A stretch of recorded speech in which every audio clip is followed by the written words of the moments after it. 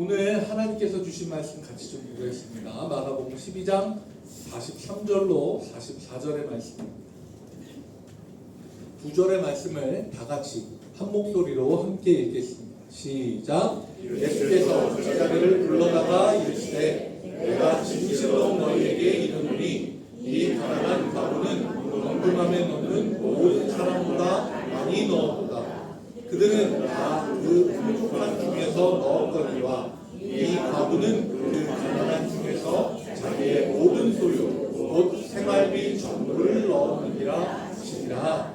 아멘.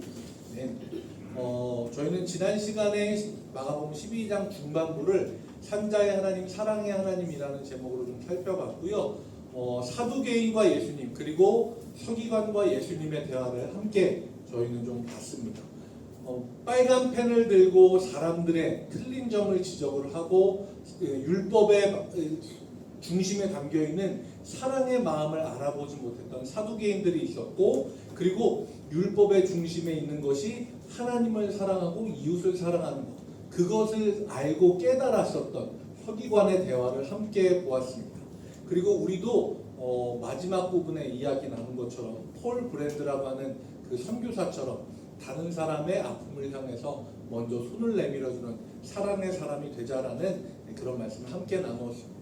오늘은 가장 무거운 동전이라는 제목으로 마가복음 12장의 마지막 부분 35절부터 44절까지의 말씀을 같이 좀 나누겠습니다.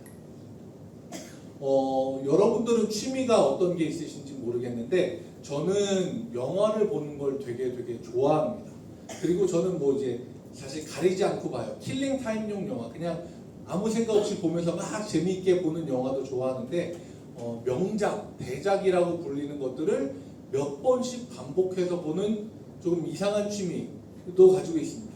근데 이게 제가 명작이라고 불리는 것들을 보면 몇 번을 반복해서 보면 한 번 볼 때 안 보였던 게 두 번째 보이고, 두 번째 볼 때 안 보였던 게 세 번째 보이고, 그러면서 이 감독이 의도하고 생각한 거, 이 장면을 통해서 사람들에게 어떤 걸 전달하려고 하는구나 라고 하는 것들을 조금 알게 되는 것 같아서 거기에서 오는 재미를 좀 크게 느끼는 편입니다. 그 중에서 제가 아주 간단한 거 두 가지만 이야기를 할게요. 하나를 보면 이거는 풀샷이라고 하는 거예요. 그러니까 카메라의 각도를 최대한 넓게 해서 스케일이 크고 웅장한 거. 그래서 이런 것들을 보면 사람들이 마음에 야 대단하다, 멋있다, 규모가 크다, 스케일이 대단하네, 이런 생각을 갖도록 하는 거를 풀샷이라고 합니다. 그리고 클로즈업이라고 하는 게 있어요. 이건 뭐냐면 섬세한 감정을 표현하거나 전달할 때 사용하는 건데, 카메라로 최대한 타이트하게 쭉 들어가는 거예요. 그래서 인물의 그 눈물이나 눈동자의 흔들림, 아니면 이제 호흡을 들이마시고 내쉬는 거, 입술의 떨림, 얼굴 근육의 흔들림, 이런 것들을 자세하게 최대한 타이트하게 잡아서 그 감정이나 이런 것들을 사람들에게 전달하도록 하는 거, 이게 이제 클로즈업이라고 하는 카메라의 구도인데요. 이것들을 보면요, 저는 이 구도 두 개만 가지고도 깨달을 수 있는 게 있어요. 사람들의 눈을 사로잡는 건 스케일이 큰 풀샷입니다. 그런 걸 보면 사람들이 이야 멋있다, 대단하다 라고 생각을 해요. 그런데 정말 사람의 마음에 감동을 주고 사람의 마음을 움직이는 건요, 클로즈업이에요. 대단한 스케일이 아니라 쭉 들어가서 한 사람의 감정을 온전히 바라보고 그 감정이 사람들로 하여금 느껴지도록 하는 거, 그거는 오히려 클로즈업이 사람의 마음에 감동을 주고 움직이는 겁니다. 제가 왜 이 이야기를 하냐면요, 오늘 마지막으로 볼 이 마가복음 12장 마지막 부분이요, 예수님의 시선이 예루살렘 성전 전체에서부터 풀샷으로부터 클로즈업으로 쭉 들어가서 한 여인의 손끝으로 들어가는 것 같은 모습이에요. 이렇게요. 이렇게 쭉 들어가서 한 여인의 손까지 가는 이런 느낌이더라고요. 되게 잘 만들었죠. 제가 만들었어요. AI로 만들었습니다. 열심히 써가지고 이건 이렇게 하고 저건 이렇게 해가지고 그 시간에 설교 준비를 열심히 해야 되는데 그 시간에 설교 준비를 열심히 했었어야 되는데 이거 쓰느라고 시간이 많이 갔어요. 근데 어쨌든 이렇게 예수님의 이 시선을 통해서 우리가 쭉 따라가 볼 거예요. 예루살렘 전체 사람들이 가르치는 것들부터 보긴 할 텐데 예수님의 시선을 따라서 이 마가복음 12장 마지막 부분을 같이 좀 보도록 하겠습니다. 본문 35절을 먼저 볼게요. 보면 예수님이 성전에서 가르치면서 성전 안에서 사람들을 곳곳에 모아놓고 가르치는 서기관들의 가르침에 대해서 이야기하시는 거예요. 어찌하여 서기관들이 그리스도를 다윗의 자손이라 하느냐라고 질문을 하십니다. 그 당시에 종교 지도자들인 서기관들은요, 사람들에게 뭘 가르쳤냐면 우리를 구원할 그리스도는 다윗의 자손으로 와서 다윗처럼 위대한 왕으로 와서 싸움을 잘하는 장군으로 와서 우리를 해방시켜 줄 거다. 그러니까 우리를 구원할 그리스도는 반드시 다윗의 자손에서 나오고 다윗처럼 위대한 왕이며 싸움을 잘하는 장군, 전투적인 사람, 호전적인 사람, 정치적으로 자기의 영향력을 미칠 수 있는 큰 사람이 바로 그리스도 구원자로 올 거다라고 가르치고 있었어요. 그런데 예수님은요, 그게 아니라는 거예요. 어찌하여 서기관들이 그리스도를 다윗의 자손으로 한정을 하냐? 이거는 외적인 조건에 불과하다. 정말 중요한 건 뭐냐 하면 그리스도가 구원자, 하나님이고 온 세상의 창조자가 되신다. 이게 중요한 거다라고 이야기를 하세요. 그러면서요, 예수님은 36절에 이 말씀을 이야기하는데 이게 시편 110편 1절 말씀하고 똑같거든요. 다윗이 지었던 노래인데 거기에서 이렇게 이야기합니다. 다윗이 성령에 감동되어 친히 말하되 주께서 내 주께 이르시되 라고 이야기합니다. 그러니까 다윗의 자손이라고 가르치면 다윗은 자기보다 한참 뒤에 올 후손인데 그 사람을 자기가 높여서 내 주 그리스도 나의 하나님이라고 표현할 필요가 없다는 거죠. 나보다 한참 뒤에 나올 후손인데 뭐 그 후손이 너희들을 구원할 거야 라고 얘기하면 되지, 내 주께서 내 주라고 이야기하는 건 다윗보다 후손, 다윗보다 떨어지는 사람이 아니라 다윗보다 위에 있는 하나님이자 주님 되시고 그리고 온 세상을 구원할 그리스도가 되신다라고 하는 이야기를 하는 겁니다. 그리고 나서요, 예수님의 카메라는요, 성전 안에서 사람들을 가르치는 서기관들, 그 사람들을 향해서 탁 돌아가요. 그래서 그 당시 서기관들의 옷차림을 최대한 가깝게 재현을 해놓은 건데요. 이 사람들은요, 굉장히 긴 옷, 그리고 머리 수건도 엄청 길고 옷술도 엄청 길고 옷 자체도 엄청 길어요. 그래서 이 당시에 청소부가 없었던 것 같아요. 지금은 안 그런데 지금 유행이 돌고 돈다고 하잖아요. 요새 청소년들이나 청년들 보면 이렇게 통 넓은 거 입고 다니잖아요. 근데 제가 학생 때 딱 그런 패션이 유행을 했었거든요. 그래서 저도 이렇게 좀 넓은 걸 이렇게 입고 다니면 아버지 어머니 이렇게 보고 아이고 집 청소할 필요 없겠네, 좀 바람 가시고 다니네, 이렇게 얘기를 하셨던 기억이 납니다. 근데 그 당시에 서기관들은요, 이 사람들이 서기관 대 서기관으로 만나면 성경에 대한 이야기를 나누는 게 주요 주제가 아니었어요. 이 사람들은 손목 길이 여기 이 뭐라고 해요 이거를? 소매죠. 네. 손목 길이가 아니라 소매 길이죠. 일본어 같네요. 소매 길이. 죄송합니다. 이 소매 길이가 누가 기냐, 이거를 서로 재보고 저 사람이 나보다 길다 그럼 자존심 상해하는 거예요. 그리고 머리에 써서 이렇게 치렁치렁 내려온 요거 있잖아요. 이걸 이제 스톨레라고 이야기하는 지금의 스톨레 원형인데, 그런 것도 사람들이 서로 문양이 뭐가 좀 다르다, 내 거랑 좀 다르다 그러면 그걸 또 막 보고 그래요. 제가 영화 이야기를 했잖아요. 아메리칸 사이코라고 하는 영화가 있거든요. 굉장히 유명한 영화인데 거기서도 비슷한 장면이 나와요. 성공한 사람들이 서로 명함을 주고받는데 이 주인공 약간 좀 이렇게 이상한 사람이 있어요. 이 사람은 다른 사람들 명함을 탁탁탁 받은 다음에 혼자서 이 명함의 무게는 0.25g, 겉에는 머메이드지를 썼고 글씨는 금방으로 했구만. 내 거보다 뭔가 좀 더 있어. 이런 거를 파악을 하는 사람, 되게 이상한 사람이거든요. 딱 서기관들이 그랬어요. 서로 딱 만나면 위아래로 훑어보면서 나보다 손의 길이가 좀 긴 것 같은데? 저 사람은 여기에 문양이 내 거보다 하나가 더 들어갔네. 정말 쓸데없는 거. 그런 것들을 서로 보면서 시기하고 이게 유행이다 그럼 그런 거 그러면서 과해지기 시작을 해요. 점점 더 길어지고요. 점점 더 바닥을 쓸고 다니고 그러면서 점점 더 사람들의 이목을 끄는 데에만 시장에만 많은 것들을 들이기 시작을 했어요. 예수님은 이 서기관들을 보면서 이야기합니다. 긴 옷을 입고 다니는 것, 시장에서 문안받는 것, 회당에서 높은 자리에 앉는 것, 잔치의 윗자리를 원하는 서기관들을 주의하고 삼가라라고 이야기합니다. 이 사람들은 그게 자랑이었어요. 잔치 자리에 초대받으면 최대한 늦게 나타나요. 왜냐하면 그래야 사람들의 이목을 집중시키면서 뒤에서부터 사람들을 쫙 해치고 어디까지 와요? 제일 앞자리, 제일 높은 자리까지 쫙 올 수 있으니까 최대한 늦게 와요. 그런 사람들이에요.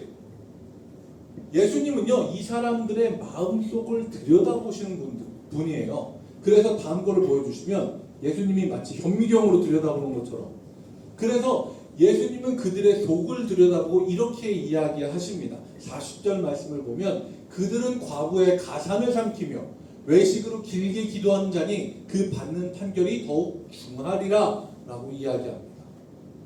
예수님이 이렇게 이야기하신 데는 다른 게 있지 않아요. 그 당시의 상황을 그대로 보여주고 있습니다. 그 당시에도 지금과 마찬가지로 평균 수명이 여성이 더 길었던 것 같아요. 그래서 결혼을 해서 살다가 남편이 먼저 죽으면 재산이 아내, 자녀들에게 돌아가잖아요. 근데 그러면 재산이 좀 있는 미망인들이 있었습니다. 그 사람들에게 이 서기관들이 가서 이야기해요. 근데 법적으로 율법에 나와 있는데 서기관들은요, 말씀을 가르치는 걸로 돈을 받지 못해요. 그러면 이 사람들이 뭐라고 얘기하냐? 당신의 재산을 나에게 맡겨주시면 내가 성전을 위해서 사용하고 당신들을 위해서 기도하는데 내가 그 재산을 쓰겠다 라고 이야기하고 그 사람들에게 재산을 받습니다. 그리고 이 사람들은 공개적인 자리에서 긴 옷과 이 머리의 수건을 길게 늘어뜨리고 사람들이 많이 모이는 시장 한가운데서 손을 하늘로 들고 큰 목소리로 기도해요. 하나님, 오늘 저 권사님이 저에게 얼마나 후원을 해주셨습니다.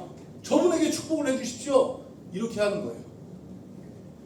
과부의 가산을 삼키며 외식으로 길게 다른 사람들이 듣도록 그 사람의 이름을 불러가면서 기도를 하는 거예요. 그런데 그들의 기도는요, 정말 그 사람을 위한 기도가 아닙니다. 자기의 재산을 불리기 위한 기도였고 외식으로, 거짓으로 하는 기도였어요. 그래서 예수님은 그들에게 대해서 이렇게 이야기하십니다. 그 받는 판결이 더욱 중할 것이다. 하나님을 향하여 하는 기도를 마치 돈벌이 수단으로 여기고 하나님을 향하여 하는 기도에 진심이 담겨 있지 않고 거짓으로 사람들을 속이는 것, 그들이 받는 판결이 더욱 중하리라 라고 이야기합니다. 저는 이 말씀을 보면서요, 저 스스로도 굉장히 돌아보게 됩니다.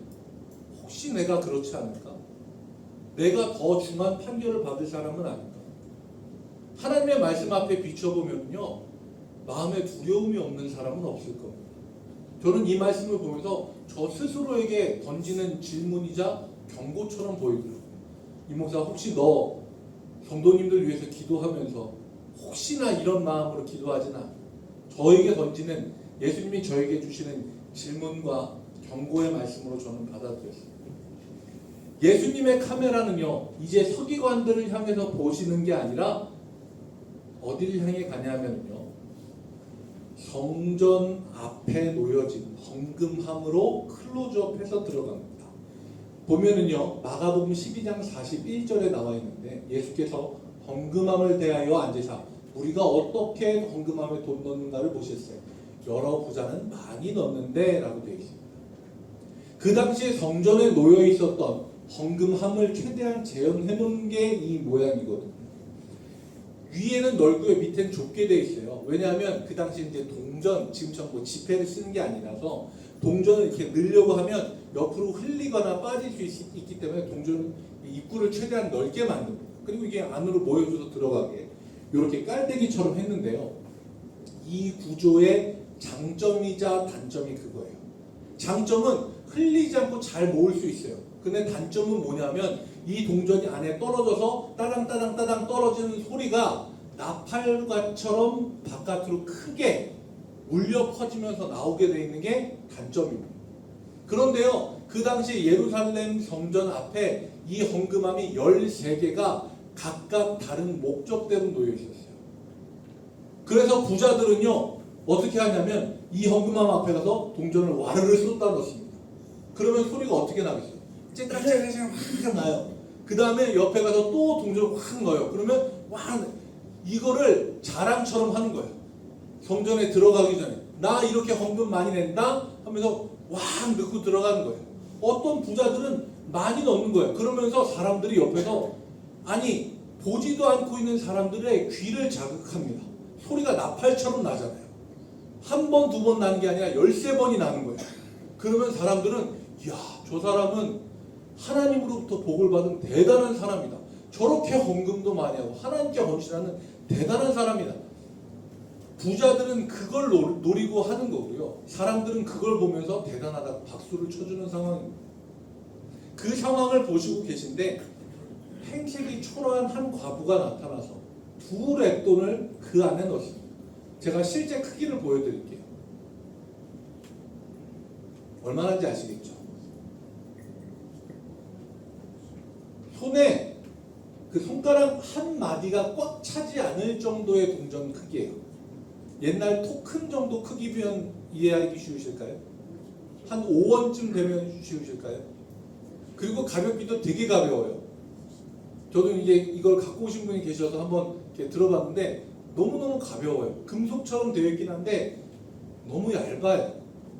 그래서 엄청 가벼워요. 이거는 그 안에 던져 넣으면 소리가 날까요? 뭐 날 수도 있겠죠. 땡! 하고 끝나겠죠. 아마 소리가 크게 나려면 이렇게 하고 확 던져 넣어야 팍 소리 그 정도 되지 않을까요? 근데 이 여인은 와서 조용히 그걸 넣고 가는 거예요. 그 모습을 보고 예수님이 제자들을 불러 모아서 하시는 얘기가 이거예요. 내가 진실로 너희에게 이르노니 이 가난한 과부는 헌금함에 넣는 모든 사람보다 많이 넣었다라고 그 여인을 칭찬하십니다. 그리고 우리는요, 이 말씀을 보면서 액수에 상관없이 하나님께 드리는 귀한 헌신과 믿음이 참 귀하다는 깨달음을 얻습니다.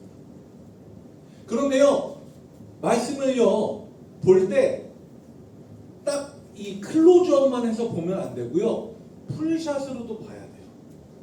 우리가 이 말씀을 보면은요, 다음으로 넘어가 보세요. 앞부분에 과부의 가산을 삼키는 서기관들에 대한 비판의 말씀이 있고요. 13장 앞쪽으로 넘어가면 13장 1절 2절에 돌 위에 돌 하나도 남지 않고 이 성전이 무너질 거라는 경고의 말씀이 있어요. 이 경고의 말씀과 그 다음에 가산을 삼키는 자들의 이 말씀의 한가운데 있는 과부의 헌금을 드리는 장면이 들어있는 걸 보면은요, 예수님이 칭찬을 하시긴 하셨는데 칭찬만 하신 건 아니라는 걸 알 수 있습니다. 서기관들이요, 화려한 말과 자신들의 화려한 옷과 사람들 앞에 보여준 기도를 통해서 과부의 생명과 같은 그 헌금마저도 빼앗는 사람들이 되는 거예요. 예수님이 이걸 보면서 그 과부의 헌신이 너무 귀하다라고 여기시면서 마음 한켠으로 너무 안타까우신 거예요. 너무 속상하신 거예요. 저 여인에게는 저게 전부인데, 저 여인에게는 그 두 랩돈이 저 여인이 가진 전부인데, 그것마저도 빼앗아가는 이 성전과 그 서기관들이 너무너무 미우면서도 한편으로는 그 조그만 것이라도 하나님을 생각하면서 드리려고 하는 그 여인의 마음이 더 아프게 느껴지는 거예요. 예수님이 그렇게 생각하셨다라고 하는 그 표현을 예수님이 하신 말씀에서 볼 수 있거든요. 마가복음 12장 44절 말씀에 보면 그들은 다 그 풍족한 중에서 넣었거니와 이 과부는 그 가난한 중에서 자기의 모든 소유 곧 생활비 전부를 넣었다라고 이야기합니다. 근데 이 단어를 원어로 보면요, 홀론톤 비온이라고 되어 있는데 이 비온이라고 하는 단어는요, 원래 단어가 비오스고요. 이 단어는 나중에 헬라어기 때문에 영어의 바이올로지, 생물학 말 그대로 생명 이런 단어의 원 단어가 됩니다. 원형 단어가 돼요. 그러니까 이 여인은요 그냥 생활비 전부라고 표현이 되어 있지만 이 여인의 생명의 전부를 넣었다라고 있는 게 맞습니다. 예수님은요 이 한 여인이 자기가 살아갈 마지막 생명까지도 다 그 안에 바친 것을 너무 안타까워하면서 귀하게 여기시면서 참 마음이 복잡한 상황이신 거예요. 이 과부가 바친 헌금은 너무 아름다웠지만 그 여인으로 하여금 그 생명과 같은 것까지 다 바칠 수밖에 없었던 그 당시의 유대교를 바라보면서 너무너무 속상해 하셨던 겁니다.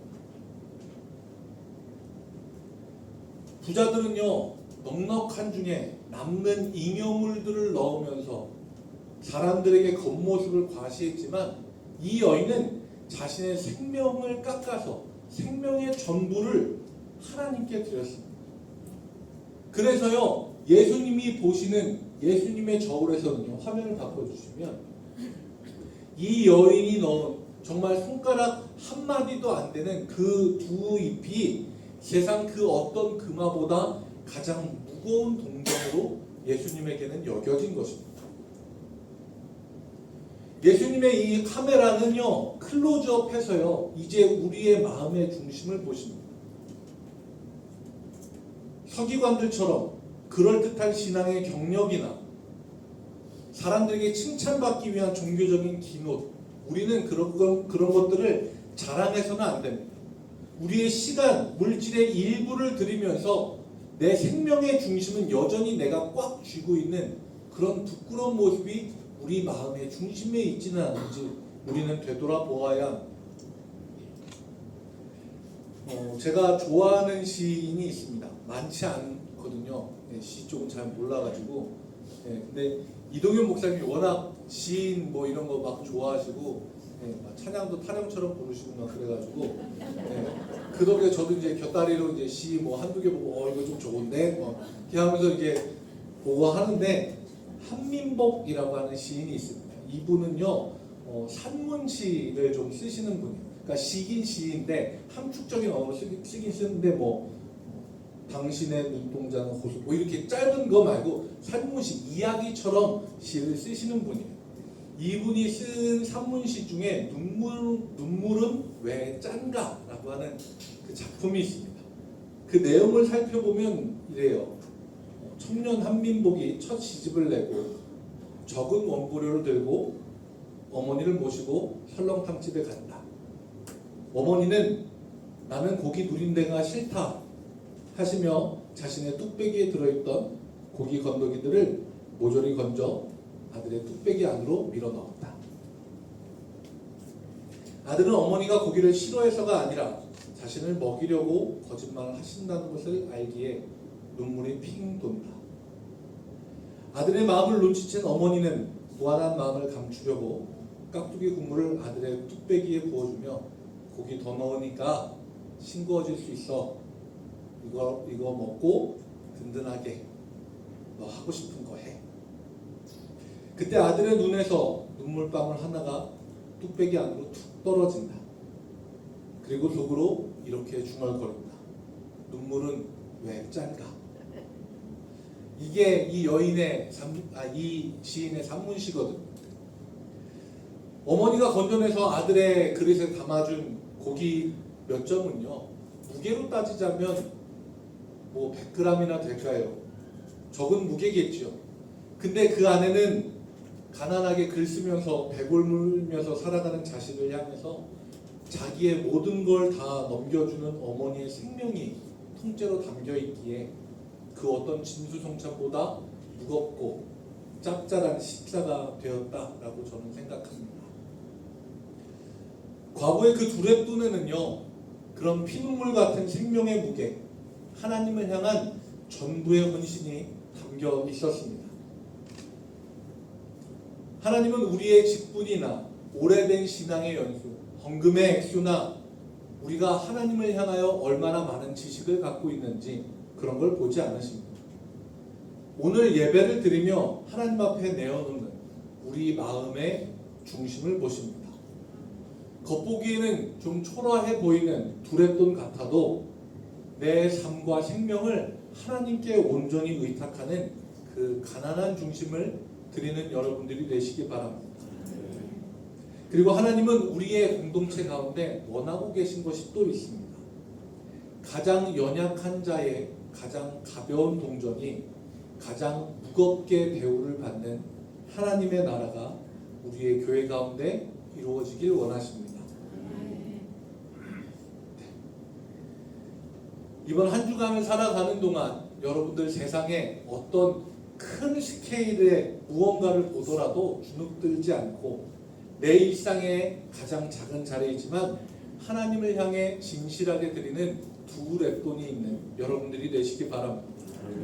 가장 작은 동전에 생명을 담아드렸던 한 여인의 믿음이 저와 여러분들의 가장 무거운 신앙 고백이 되길 주님의 이름으로 축복합니다.